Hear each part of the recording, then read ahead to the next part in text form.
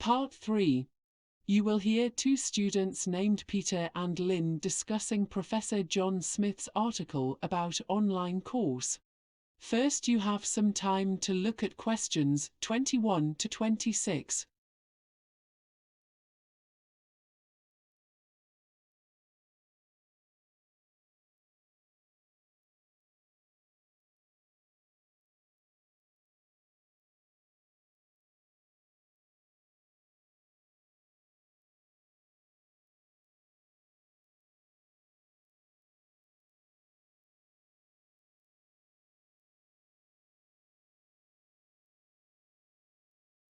Now listen carefully and answer questions 21 to 26.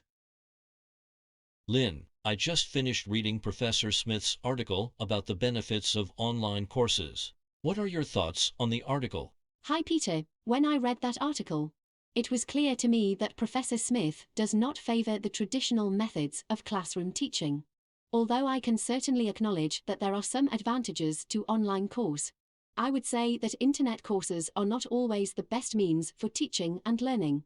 I think it's about time to revolutionize the old teaching style though. But I would hope that students consider the negatives of online learning before enrolling in online courses.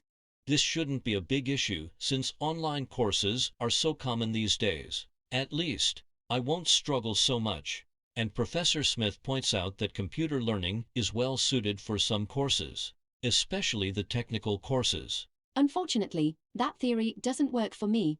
What a shame. I got an A for that online computing course last year. Anyway, next part is personal interaction.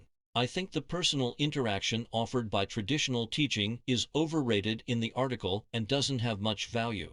I think it's a distraction and that time could be better spent on the subject matter of the course. Oh, I disagree strongly, Peter. You're dismissing the benefits of face-to-face interaction between students and teachers in traditional classroom settings. The article says that learning is a two-way street, and it's much easier for students to learn if they can ask questions and have discussions with their teachers.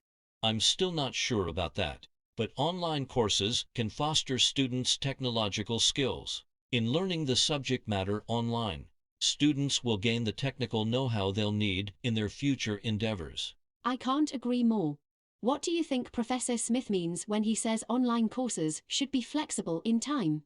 That's essential. The point of learning online is to allow those who can't attend courses at fixed time. I agree. Before you hear the rest of the discussion, you have some time to look at questions 27 to 30.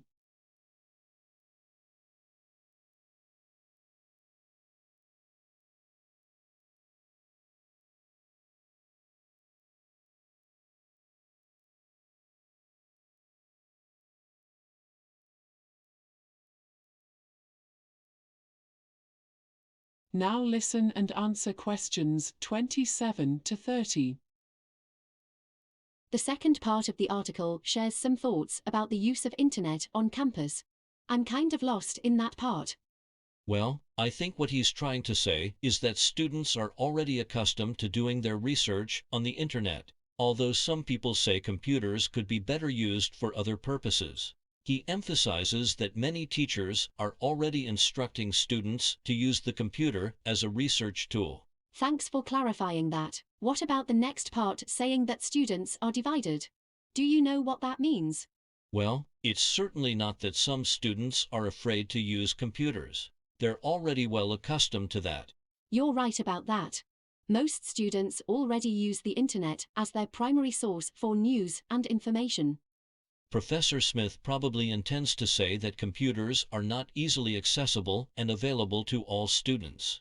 Yes, not all students can afford computers. And as Professor Smith note, with online courses, the student support system is already in place.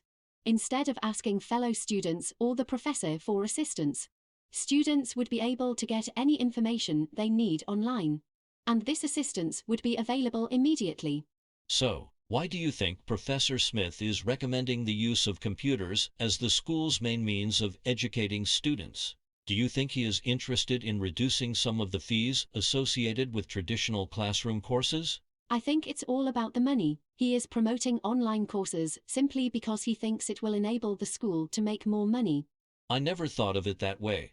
Many schools already have limited space for classrooms. If the school board wants to enroll more students, they can do that through distance learning mode.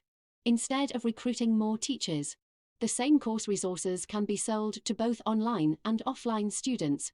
Plus, some computer companies are willing to financially support the schools that promote this type of learning. I see. This is profitable in every sense. All right, now we'll have something to write about in the research paper. That's the end of part 3. You now have 30 seconds to check your answers.